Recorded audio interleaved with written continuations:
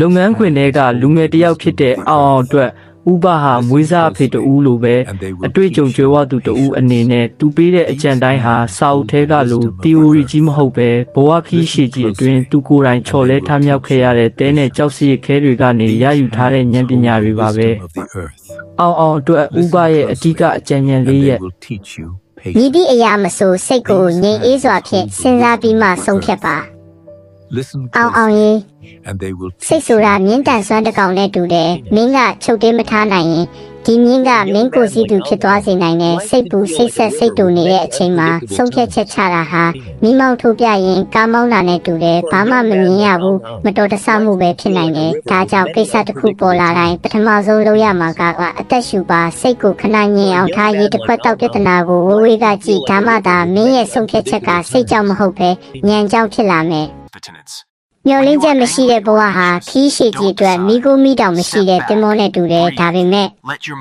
မျောလင်းချက်ဆိုတာကိုလန်းနိုင်တဲ့ကမ်းခြေကိုရီမန်းတာမျိုးဖြစ်တဲ့ကောင်းကင်ကရှယ်တွေကိုရေကူးသွားမယ်လို့ကတိပေးနေတာမျိုးမဖြစ်ရဘူးမင်းရဲ့ရီမန်းချက်ကိုမြေပြင်အခြေအနေမင်းရဲ့စွမ်းရည်နဲ့ရင်းမြစ်တွေနဲ့ချိန်ညှိပါစိတ်ကူးရင်ချင်းနဲ့လက်တွေ့ချမှတ်ခြင်းကြားကခံချက်ညီခြင်းဟာအောင်မြင်သူတိုင်းရဲ့လျှို့ဝှက်ချက်ပဲမနာလိုမှုအမျက်ဒေါသကြီးမှုစသည့်စိတ်ညစ်မှုတွေကနေတက်တက်ဝေဝေနေပါမနာလိုစိတ်နဲ့အမျက်ဒေါသဟာကိုယ့်ရင်ထဲမှာမိစာနဲ့ဓာကိုယ်တိုင်တည်နေတာပဲမင်းဒေါသထွက်တိုင်းဓာကိုထုတ်ပြီးသူများကိုချင်းချောက်မိတယ်လို့ထင်နေပေမဲ့အမှန်ကဓာသွားတွေကပထမဆုံးမင်းကိုယ်တိုင်ကိုထိခိုက်စေတယ်သူများအောင်မြင်တာကိုမြင်ပြီးမနာလိုဖြစ်နေရင်မင်းရဲ့စွမ်းအားတွေအားလုံးအဲ့ဒီလူကိုစောင့်ကြည့်ရှုတ်ချနေရတော့မယ်မင်းကိုယ်တိုင်အောင်မြင်ဖို့အတွက်အာယူဖို့အချိန်မရတော့ဘူးဒေါသကိုလည်းဒီလိုပဲသူတို့ကိုလမ်းပေးလိုက်ပါမင်းရဲ့စိတ်ထဲကနေထွက်ခွာသွားခွင့်ပေးလိုက်ပါအောင်မြင်ခြင်းရဲ့စိတ်ပညာနဲ့ဉာဏ်ပညာကိုနှစ်ဖက်လုံးဖွံ့ဖြိုးအောင်လုပ်ပါ